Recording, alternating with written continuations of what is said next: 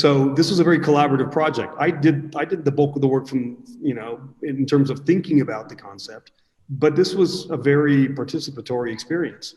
They were involved in the clothes they wore, the setting they wanted to have the portraits taken in, et cetera. So, and the clothing they wore. They just had to be socially distant. They had to wear masks. They had to wear gloves because initially we had said that was one of the restrictions, that you had to wear gloves. And I wanted to keep that aesthetic. But, as long as wherever they wanted to be photographed had to be a place that I also felt safe in. And in many cases, in fact, in no case was that an issue at all. Everybody followed those rules. And so how did you reach out to people you knew? Did you put a call out? Like, what was your method? Because I found it interesting in terms of, I certainly, being at Utah State University, a number of the subjects are from the university, but then many I don't, certainly know. And to give people context, if they're watching this outside of Cache Valley, we have, what is our population here? I mean, Logan City is about 50,000. The whole valley has about 125,000. Yeah, that's what I thought. So, and we are really an isolated sort of space about an hour and a half north of Salt Lake City. So, in the valley, thinking about who might be interested or how to get the group of people, that you selected. So what was that process like? So initially I started with people who were friends, which is the most difficult part because then some of these friends said no. And I'm like going, oh, but come on. But I have to respect that. That was their decision. I respect it for many different reasons. They didn't want to participate, and that's okay. But I approached friends and colleagues initially, but I also wanted this to be very representative of who we are in this valley. So there were no barriers with respect to gender, sexual orientation, race, ethnicity. I wanted to represent who we are in this valley as much as possible.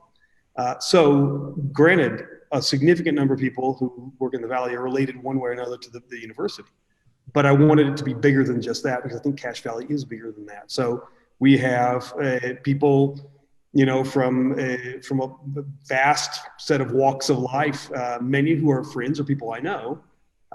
And I had to limit myself at a certain point because I realized that once again, if this got too big, it was simply going to get out of hand. So that's the reason why I limited it to about 30 sessions. And many of them people are friends or close acquaintances. So, I mean, that made it a little bit easier, I think.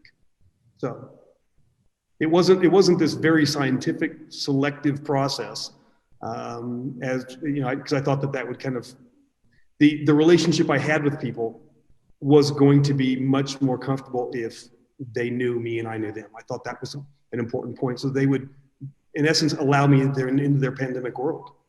Right. And not everybody was going to be willing to do that. That makes total sense. All right, well, let's, actually, we had a question come in a little bit ago before we go into this first images. What camera and lens do you use? So someone wants to get technical. Yeah. So I'm a Canon user. I always have been since the early days. The first, fully automatic camera that came out was a Canon, and that's what I got when I was 16. And so I've always stuck with Canon because once you get going, it's kind of hard to break away from that. I use a mixture of cameras, usually the 5D Mark III, which is a very good level professional camera. I also have one of the newer Canon mirrorless cameras that I've been using a lot now because it's a lot lighter. The lenses varied.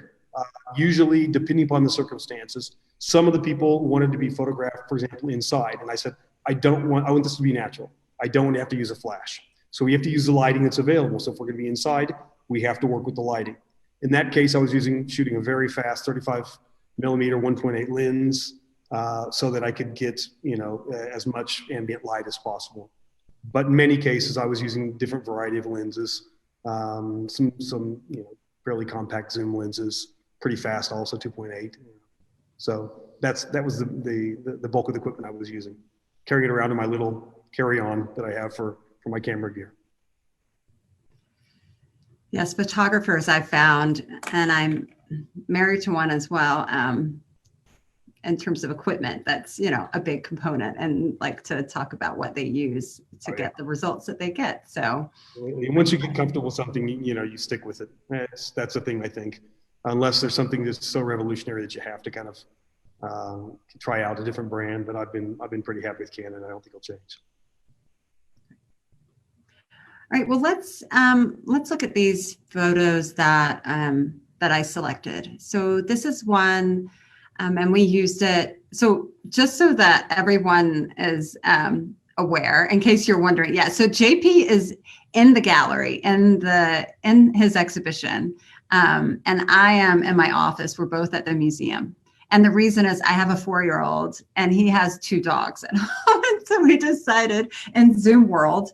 We're also participants, by the way. Our dogs are actually in our portrait that my wife didn't know I was using also at the time when we took it. But yeah, they yap a lot, so that wouldn't be very helpful. All right, so this piece, this first photograph, I'm going to read this quote, and I'm not going to. So each subject, you asked them, what did you specifically ask them to write? Like, what were the prompts? I'm trying to remember all the prompts right now. Many were strictly related to, what's your experience? How has it impacted your quality of life, your life, day-to-day life?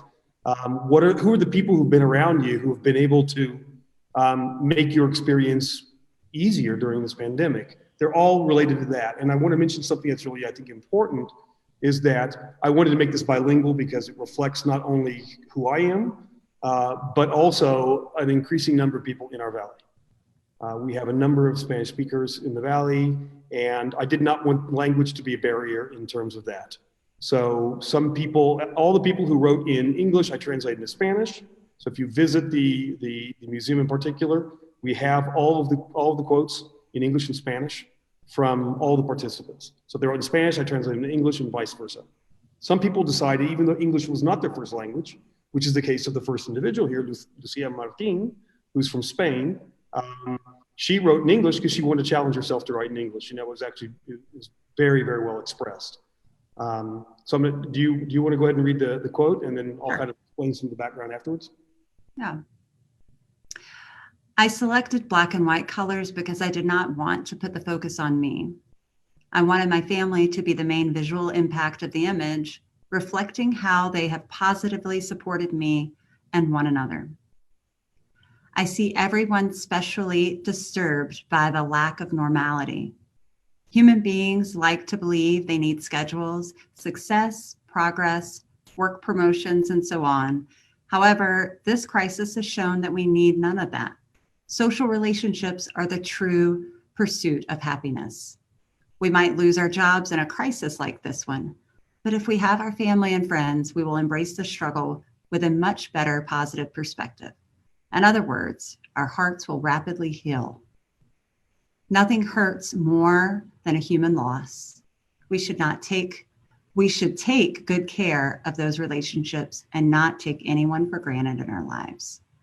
Now, I'm not going to read all of these. We did place quotes from each of their written text and in these as I go through, because I thought it would help our participants sort of just better situate them in understanding the subjects and what they were thinking about as it relates to their photographs. But I thought to get us going, I would just read this first one. So tell us about Lucia and this photograph. And yeah, so this is kind of like, to me, it's one of the marquee images of this collection. And all 30 of the images are very important to me. So I don't want anybody to feel that if their image doesn't get mentioned, it's not important, because it's absolutely very, very, very important, I think. Lucia is one of the dual language program teachers here in the United States. She's been living in the United States for a little over 5 years. She's from near Madrid, Spain, capital of Spain. And she's not only an amazing teacher, she's an amazing person. I call her my little sister because I'm the youngest of 3. And I don't have any younger siblings. She's like my little sister. She jumped in immediately when we started discussing this as an option. And when we started discussing how she could represent herself, I said, So, what do you think? He says, well, I don't know. I was thinking, if there's some way I could incorporate my parents and my sister and my brother-in-law into this. And I said, do me a favor, next time you FaceTime with him, snap a screenshot. So they're not actually live. When we took the pictures, it would have been kind of late in Spain. But I wanted her to be represented within the context of these loved ones who were very important to her. She, when I took the picture, I already had this idea in mind about black and white. She didn't say it, but she kind of inferred that she thought that would be important. So her clothes actually reflect that also, the black and white. And the colors, the little ribbon is actually the colors of Spain. So I put this, the title of this is Roots. I didn't put titles in all of them. In fact, most of them I did not, but I put this one as Roots because I saw her hair coming down and this little, ribbon, colorful ribbon, linking directly to her parents, who are on the right in the image. And she's intentionally out of focus because I shot this with very, very short depth of field. And at the same time, she's captured because she's also looking out in the images that are on the screens, right? But these are the important people in her lives. She just found out that she's going to be an aunt. That was a very pleasant surprise. She's suffered through this period knowing that Spain was hit very hard. It's been hit very hard again, but it was hit very hard initially. Her sister works at a hospital, so she was privy to what was going on. Her father, because of his job, has to go in travel, and so she was very concerned. So I think that the most important thing is what it begins with, is that I did not want this to put the focus on me. This is the focus on the people who make her life survivable during this pandemic. I also like the quote, the second quote, which is this notion that we're much more than just individuals, even though we tend to be very individualistic, I think, in this country. These social relationships, these filial or familial relationships and social relationships we have really are what matter at the end of the day.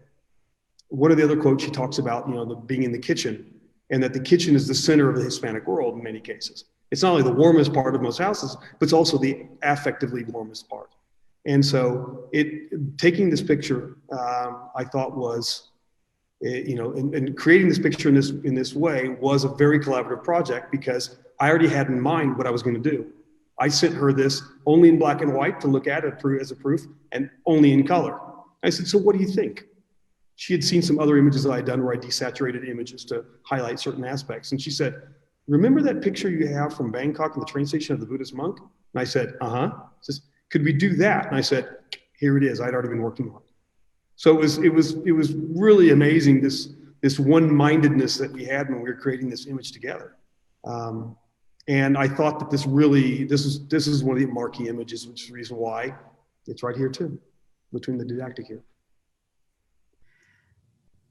The collaboration that you had, the conversation with her in terms of even the resulting photograph is really interesting to me because that's not always how photographers work when they're doing portraiture, and for good reason in some instances where you want the full creative license to do what you want to do as a photographer, and this is really different. So what did that sort of conversation happen for every photograph, or just some of them that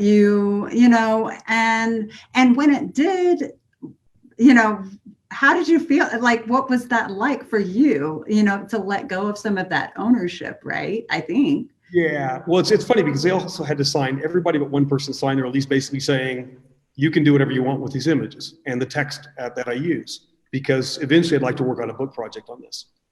I think it's something that, yes, it's a flash in time perhaps, but this is not going to be the first coronavirus we deal with. This is not going to be the first pandemic. I think this is going to be the nature of the world as we move forward.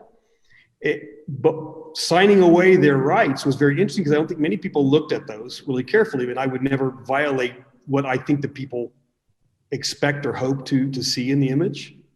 But I did not have that with everyone. I basically said, tell me how you want this image to be created. These are the basic conditions I have to have. And then we worked on them. So I said, in a certain case, I said, You might want to, where we're going to be, it's going to be perhaps a little bit dark, and I'm going to have to work with the light. So you might want to dress in something that's a little bit more, lighter colors, for example. But I can kind of dismiss this notion of, well, I'm getting rid of my creativity here, because of the fact that I can always come back and say, which is the truth, I'm not a portrait photographer. This is a type of photography that's documentary. That's not what I tend to do. I tend to do travel work. People are always at the center of every image I think that I take in one way or the other. But in this case, I can kind of dismiss this kind of sense of privilege that I might have as a photographer by saying, well, really, this isn't what I normally do. And by actually doing it, I've realized over time that actually I can do this. Not that I want this to be every project, but it was something that in many cases just evolved very naturally, speaking with people, as some of the other images. And sometimes I didn't give all the pieces of the puzzle to people. So I told them afterwards, and there's one image I think that you're going to bring up later that I'll discuss a little bit more about that. But to me, the notion of dialogue is very important. When you write as a literary critic, you're always writing from the first person most of the time. This is my interpretation of a novel. In many cases in photography, these are my interpretations of something I see. But with this project, I thought it was very important to incorporate the people into this. They were, like I said, once again, they were exposing their world during a pandemic to me. And I thought that was being respectful to incorporate their ideas into the images as much as possible. I did, in fact. Well, with the project being really about love, right, during this period, and you really see that in this photo. And I mean, how fortunate, I feel so fortunate that we have these video opportunities, which we're doing right now because of the pandemic. And you're seeing in this photograph, in order to be able to replace that in-person connection that we have. So let's talk a little bit, we'll go to the next photograph, but I was just thinking about emotion, and I was thinking about, as I look at these photographs, it just told me my internet is unstable. I hope that is okay. Not the case. Hold on one second. Let me, there we go. Oh, sorry. Yeah, that's where I'm going to go. So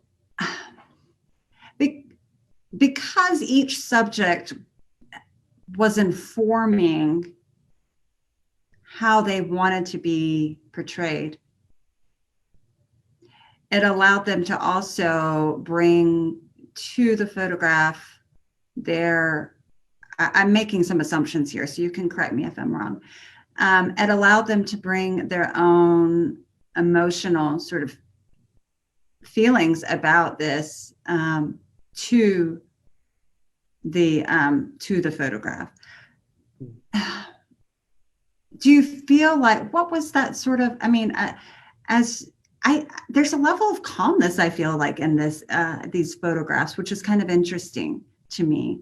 But is there anything you could say about the emotional component beyond what I'm saying here? I'm not articulating that well, but I just want to talk about it because it's because of the way they were involved in the creation of the work. Yeah.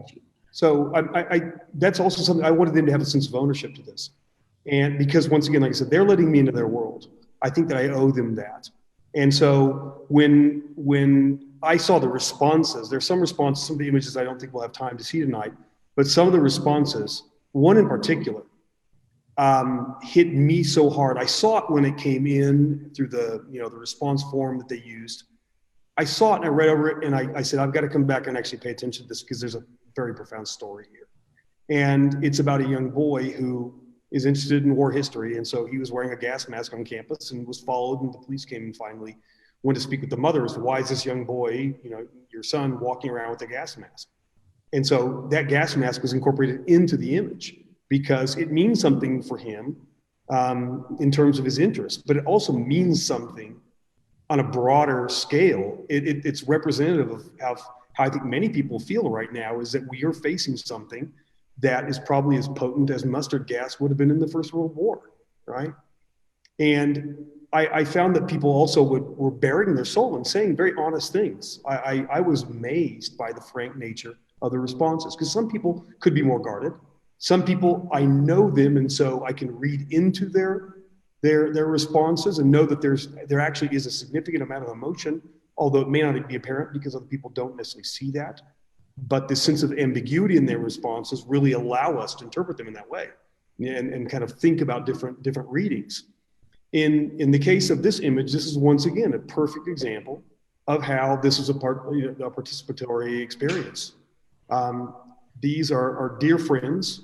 Pam has just retired recently from university. David is getting ready to retire.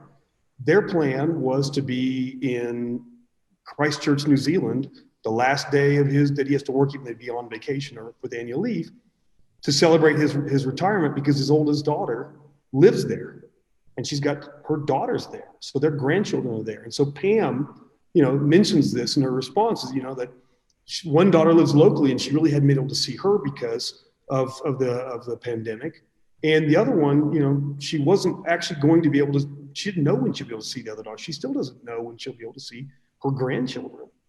And so the daughters were brought into this picture and represented within a picture also, with this meta artistic moment, I think.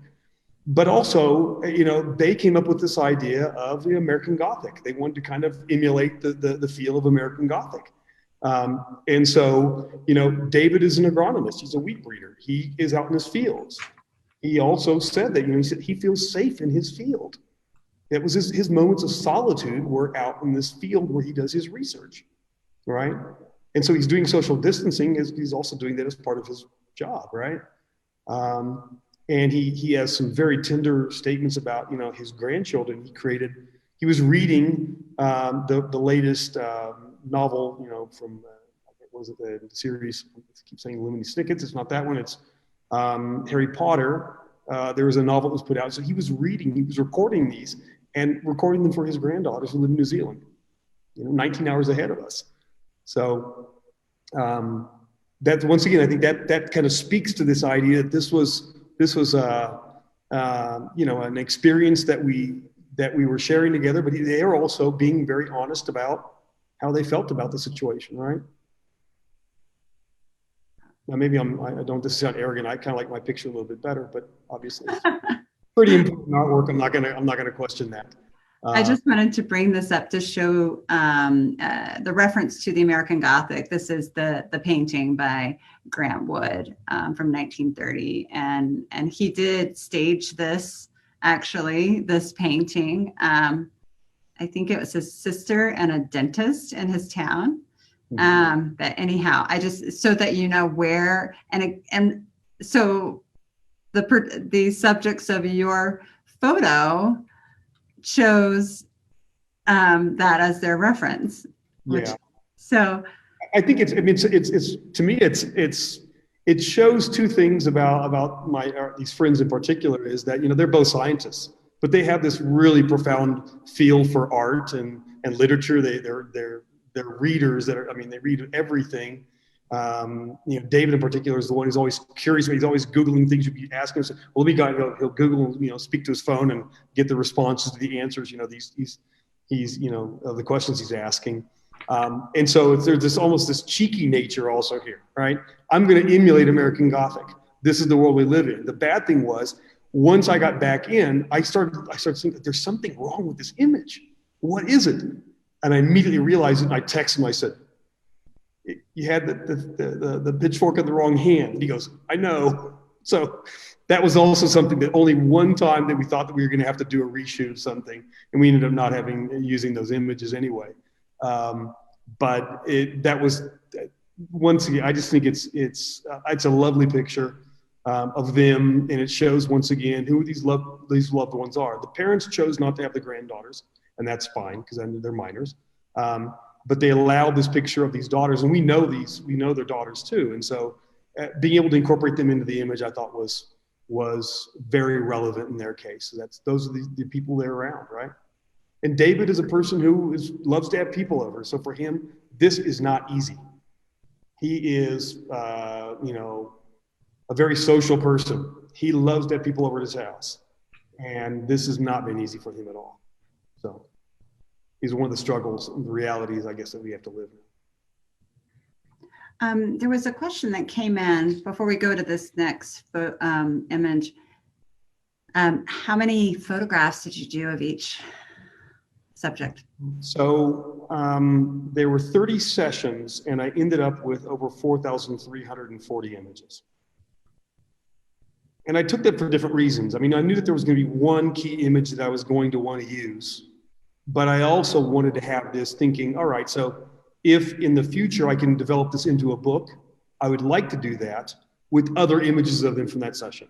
And perhaps if I have time and if things work out, come back at, you know, say 6 months from now, or maybe in March, starting in March once again, start thinking, okay, how has your life changed? Is it any better? Give this some time to kind of develop, right, on its own. But I took a lot of pictures. Over 4,344, I think was the final number. So kind of hard when you have that many.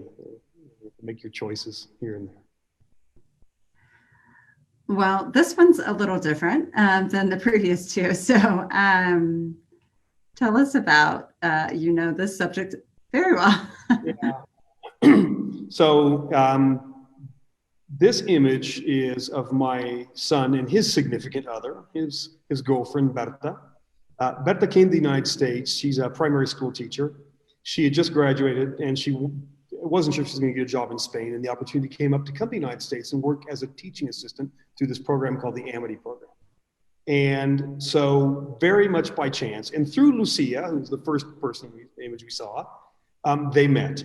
Now, we didn't know at the time that things were going to develop as they did, and we found out a couple weeks later, and then we found out several months later about, you know, how much that first night when they met at the, you know, the factory pizzeria, with a whole bunch of people, and we were listening to music. I don't even know how they could speak to each other.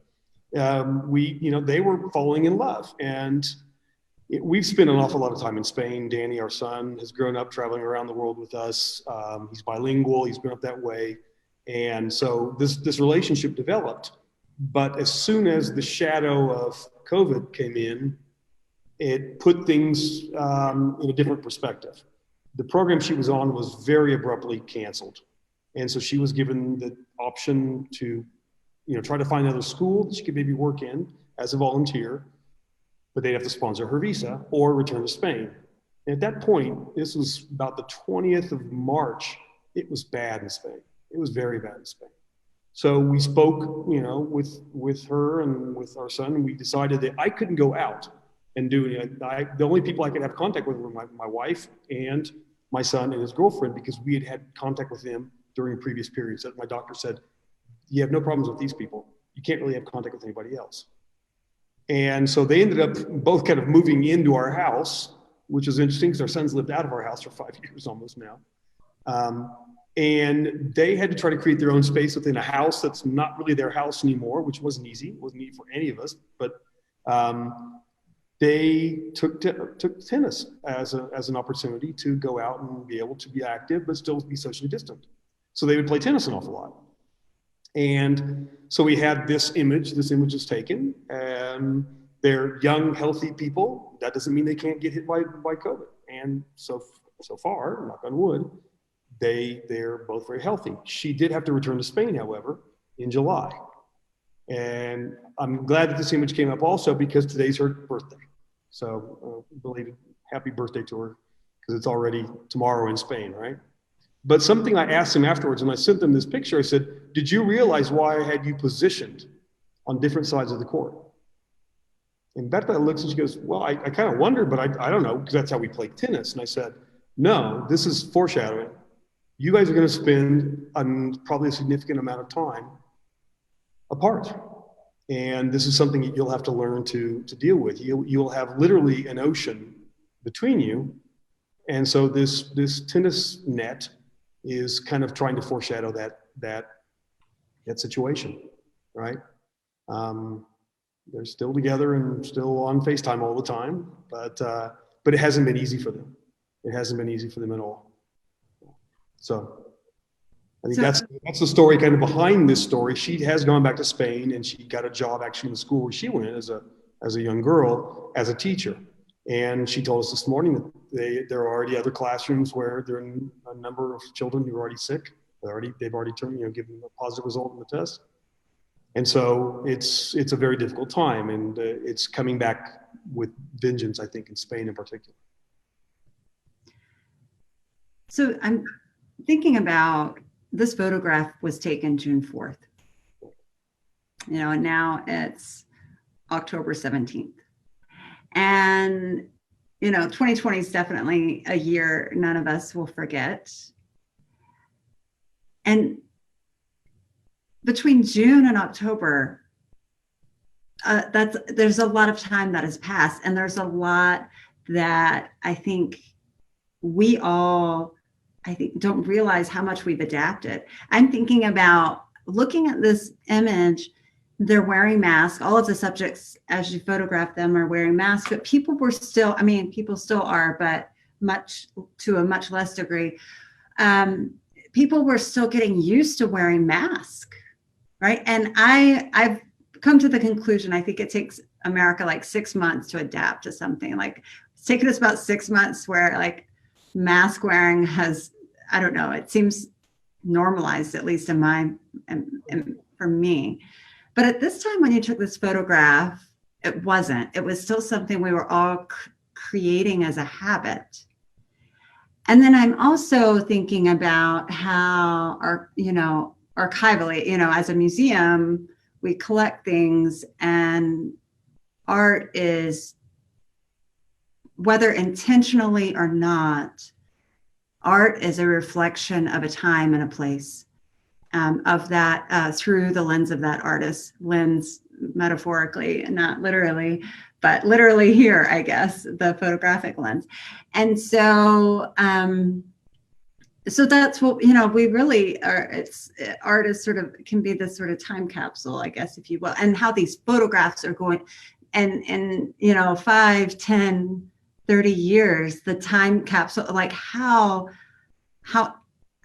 what we're going to think about these images, and what we're going to think about masks. Absolutely. It's funny because I came in my wife's car tonight, and it's funny also because this is like my night at the museum, from like the movie, here in this very quiet, safe museum with lots of social distancing, here I'm in amongst these images. I forgot to grab a mask from my car, where I have several masks. And my wife says, I said, do you have an extra mask? She says, I always have extra masks, don't worry, right? But it's not the mask I've become used to wearing now. It's the masks like the ones that everybody else is using. And it's not comfortable. Mine's much more comfortable, right? And so when, you're thinking about this over time, granted, there are people who don't want to wear a mask, fine. That's their choice to a certain extent. But I think that our freedoms end when they impact other people's freedoms. And as an asthmatic, I think I have a right to be in an environment in public where I'm not going to be exposed to people who are going to maybe get me sick. And so I wouldn't want to do that to them.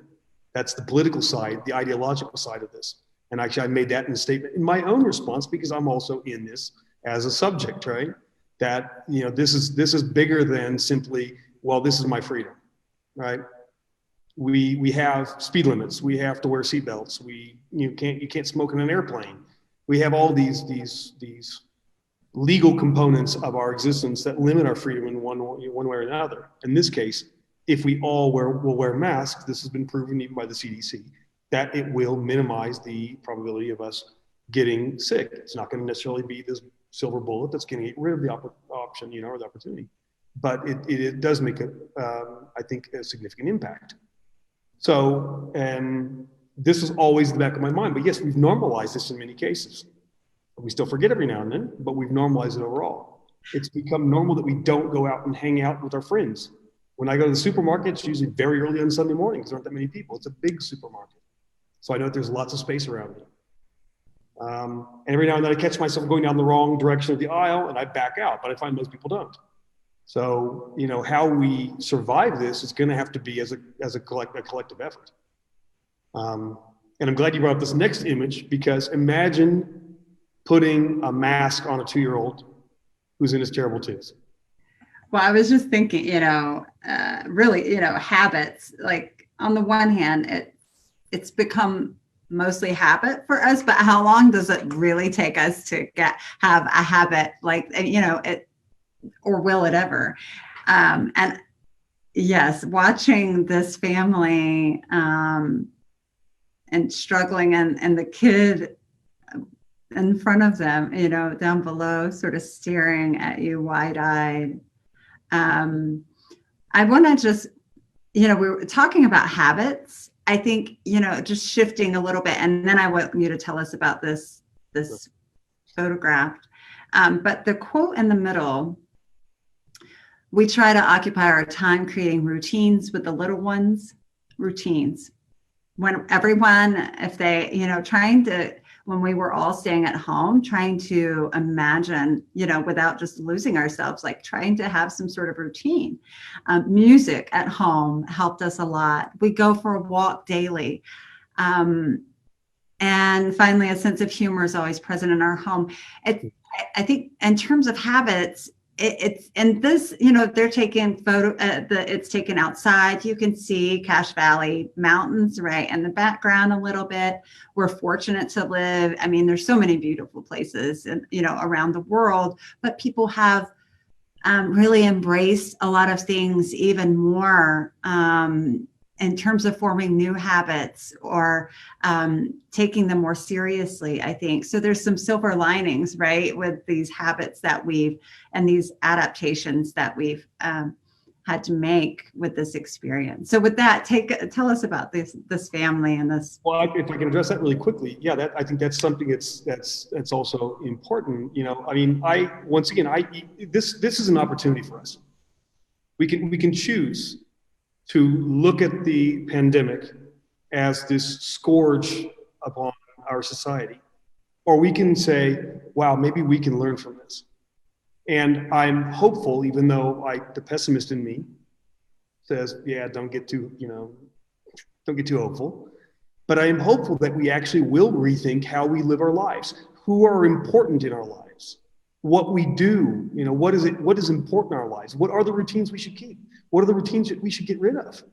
I think all these people, I was talking recently with somebody saying that all these big buildings now, people are deciding not to either occupy big buildings, these big companies, because people are working from home. And I was mentioning this with actually somebody who's also one of the participants in the project. And he said, yeah, now we work at home, all this. And I said, yeah, and that's great. But also the humanist in me says, all right, but then where do we separate between our home time and then our work time? Because as academics in the university, we never really have that divide. We often find ourselves, I got to go to a conference, I'm going to be up until 3 a.m. working, or I'll get up early in the morning and work. But many people, I think, are going to struggle with that because they're going to think, okay, well, I guess maybe I should answer that email then if I'm here. Well, I can answer. I can go upstairs really quick and answer. I've caught myself doing that. My wife has caught herself doing that, I'm sure. Many of our friends have caught themselves doing that. But we have to also once again, find that way that we can kind of divide who we are as human beings and what we do as human beings. And I think that's something that'll be a great challenge for us as we move forward this, because I think it's going to radically change the nature of how we work. That is going to also radically change the nature in which we live. So with that little parentheses around that, I was going to want to state that. This image, once you've taken on June 5th, both the parents here are also teachers from Spain. They teach over in Garland, just on the other side of Valley View Highway. And their children are small. One just turned 5, the oldest just turned 5 recently, and the other one is 2. And I mentioned this, I said, imagine trying to get a person who's, terrible, a toddler's in this terrible twos, to put a mask on. That's restrictive. It was warm in June, right? And to have this mask on was going to be a challenge. In Spain, if he didn't have a mask on, it would be a €100 fine, according to what they said to me. At the time, that's how they were trying to enforce the use of masks. So this is an imperfect portrait of sorts, but it's also a perfect portrait in the sense that, granted, we don't get to see the child's face, which, being a minor, I'm actually kind of okay with that. But the fact that we can't see this is because he's struggling with this, as many of us have struggled with this. Another individual was the oldest person, because also I didn't take into consideration, I wanted families, people who are single. The sense of family was defined very amply, I think, in this project. And so, one of our neighbors, who's 85, is going to have a different way of looking at this mask, and even struggled to put it on when I was taking the pictures, right? She finally got it on. But it was something that's also very foreign to her. So we've got a 2-year-old and an 85-year-old, and they're both struggling with this to a certain extent. And what I also like in this image is that the oldest boy, Oliver, he's got this sense of almost not quiet panic on his face. He's not the only one. There are other children about the same age who have this same look of like, where are we going with this? What's going on in my world? And I very specifically constructed this image so the little boy who's down in the far corner showed up. And it was also constructed, you'll see in many ways, there are barriers in my images. That I actually did take into consideration very specifically. So the barrier might be, I've got this wheat that I'm in, this wheat field. That's a barrier of sorts because not everybody's going to go out in the field. But in almost every case, there's some sense of barrier in the image, because it's also how they're defining their space. I'm visually defining their space for them, as they are also defining their space where they feel safe. And the little boy who's in the picture is slightly out of focus. That was also intentional. But I wanted him in that picture because that's the little boy who Oliver, the 5-year-old, plays with. That's his neighbor. And that's also been a little bit more of a different experience now, that they can't just go between each other's house and play like they always did beforehand. Right. So, that's kind of the story behind this image. And some people, for example, wanted the mountains specifically in there. They said, well, the mountains are kind of a barrier for us. They kind of protect us. Well, they also keep in the pollution during the winter, but, but to a certain extent, I guess you could say, yes, they do protect us, unless you're claustrophobic. But this picture I thought was very touching. I saw, and the little boy, he's wearing the gloves, and it's very foreign to him. It's very alien to him to have to think about wearing a mask and gloves. And so the young children, they had the option to not wear the gloves. They didn't want, they had to wear the mask. But I also think, in going back to the image right before this with my son and his girlfriend, I'm pushing 60. My lifespan is very different. I feel for the children like this. We also had in one image, there's a 1-month-old baby. These are the people who are going to be most impacted by what's going on. I'm not going to be that impacted. I'm at a point where I've lived a significant amount of my life, but their future, I think, is at risk. And so that's also something I wanted to represent here. So the sense of panic in this image and other images that people see if they come in or they see them online will notice that. Some of the young children they're like, I don't know about this. And I wanted to capture that, right? On the same token, the mother here was laughing because she's trying to hold the little 2-year-old who's struggling. So there's a comedic element too here. These are very tragicomic, I think, in certain cases. Well, I'm glad you brought up barriers, because in this image and thinking through all of the images, what that means is different. How it is portrayed is different. I mean, consistently there is a barrier in terms of seeing their entire face, right, because of the mask. Mm-hmm. But in this photograph, there are these sort of, I don't know, superficial but official sort of barriers in terms of the law, the property lines.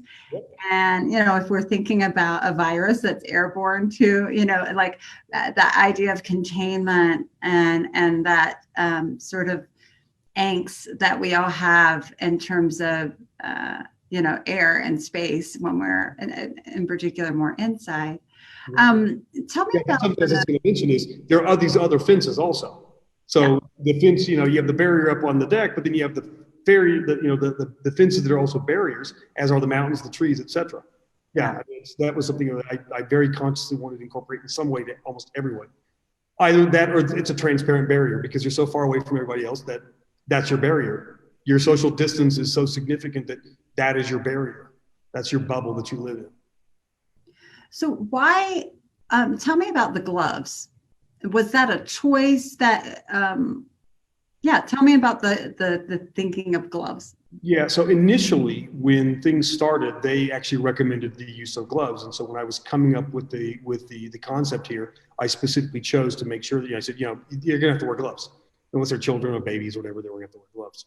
But I did that because that was what was recommended to me also from a physician. That, if you can, you go out, you can wear these gloves, you get the gloves. Which also created all this panic buying amongst us to have masks and gloves. It took me forever to get, they were sent from China. It was like 5 weeks to get masks, and I'm asthmatic, so that matters, right? But the glove was part of the aesthetic. And so I gave people, I said, you can wear whatever gloves you would think that would give you protection if you don't want to wear these lovely latex, gloves. But that was also part of the idea, is that you're trying to create a barrier even to your own touch, right? That our touch isn't safe. If we go somewhere and, using currency now, it's not safe. They prefer to have electronic currency, use your credit card or your debit card, because that really isn't safe. And then you can put that in the machine, even though we're still touching the keypads. But, these are all these barriers to this virus that's very pervasive. And at the time, especially, we did not know a lot about. And this was before we were understanding it. There's actually been multiple mutations now. So the current mutation is not as virulent as the one before, in the sense that, in terms of death rates, but it's doing a lot of damage to people anyway, right? And so the gloves are part of that barrier. So, try to, as many ways as possible, provide yourself a barrier, a safe zone, and touch is a way in which we engage. It's one of our senses. It's a way in which we engage the world. And so that's one of the reasons why I had those gloves also. Well, and I thought that was the case in terms of the glove. It's funny because, again, in thinking about time, I remember earlier on, especially when we go to the grocery store, having some gloves, or, going somewhere where you're going to have to touch, and how much things have changed, right? Like, I mean, I suspect some people have forgotten that was even sort of a moment where we were all doing that. But also in the photographs, it is a visual reminder of the high risk sort of, breathing and touching, the sort of warnings, but the visual cues are there in the photographs. So, and we're getting close to time. We'll go another maybe 5 minutes, but I do want you to tell us about, this is the last photograph that I selected. Tell us about this photograph. Yeah, so this image, once again, this is a collaboration, definitely a collaboration. This image is of two friends who were, they were teenage sweethearts, and they've been together for 25 years. They're both at the university. And I did not know this initially until I was still trying to say, guys, I'd really like you to, could you please respond? I'm making decisions. And it worked out that we did find a time we could do this. But part of this was the discussion that last fall, a year ago, they separated as a couple. And so they decided that they wanted to represent that relationship to a certain extent with this image. This image was taken when they were teenagers by a portrait photographer in California where they grew up. It was then used as a stock image in like little frames. So they actually have also owned one of the frames where this image was used as a stock image, probably produced in China or somewhere abroad, I imagine. And in this case, they have this sepia image. And this was taken in the house that they actually built this deck on this house. They did all this work in their backyard and all this amazing work to make this house really, really very cool place. And they wanted to put this image in as part of this. And they told me the story about it so that I understood that. And, you have this sepia image, which kind of shows the kind of the past. And then you have the color image that they're in that shows their current status, and the image also, once again, symbolically separates them. Right now, they're moving forward as friends, but they're no longer a couple, and so they wanted to represent this in the image. And I think if you look at their expressions, you can read into the expressions. I think there's a sense of melancholy, a sense of loss, a sense of, okay, well, but we made a decision, we're going to do this, right? And they're still supporting each other as friends. And what a time to have this happen in their life where, you know, they were together for so long. Now they're going out in their own paths, but they're still friends. And they're doing this during a time when, you know, your natural tendency as a human being probably say, I'm going to go back to what's comfortable. But they decided that, you know, they were going to stick with this. And it's you know, it's one of these once again, this very meta artistic moment, I think, where you have this image that's within the image that shows, you know, even physically as they are, you know, they're in the same sides of the original image. It shows who they were and who they are. So this was a very, you know, I think very interesting image. I also have to mention something else, is that pets could be involved. So you'll see pets in a number of the images. Orson is their dog who's down there. Keep getting a picture of Orson where he's somewhat static, and that was the case in most animals except for some of the cats. It was very difficult. And Orson was actually fairly static at the time. Orson's a character as a dog. He's really kind of funny, got a lot of personality. But that was also something, and so many people, in one case, a dear colleague who, you know, her parents are in China. She can't really take into consideration, you know, that she can't go visit them. She can't have them come here.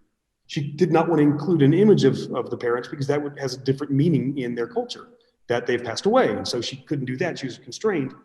So she went with one of her cats. And if you look at the image, you'll see this cat is looking right down the barrel of the lens, right? But her cats have been her companions during this experience.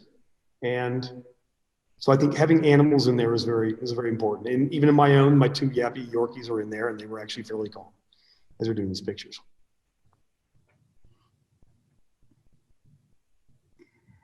So I wanted to I couldn't, while I'm on full screen, I couldn't check question. Someone asked, it's a little bit of a different question. Who's your favorite photographer and why? Stephen McCurry, I think, is the one who I emulate. You know, he's a guy who grew up, you know, working class family in the United States and has traveled the world. He's one of the famous image of the Afghan girl that was on the cover of National Geographic was something that I grew up with. I remember that image and the way he captured the eyes of this young woman. They went back years later and found her. You know, many years later, she was a young girl at the time. He is the consummate, I think, travel photographer, and his feel for people and the way he captures them just speaks to me. He's an amazing photographer, still active, even though he's significantly, you know, elderly at this point. But his corpus of work is just amazing. It's absolutely amazing. And Ansel Adams, I have to say that too. Even though I'm not a landscape photographer, I do some landscapes. But Ansel Adams was very special as a young man in particular. The imaginary of the West that he creates in his image is something that I grew up with. And so when I ended up moving here and then seeing in our own museum some of these images, it just brought back the reason why they were always so important with me as a young man. Thank you. So I have one more question in closing. How did this project change you? Or impact you? I mean, it's something you chose to do, to spend your time doing. And I think it was, you know,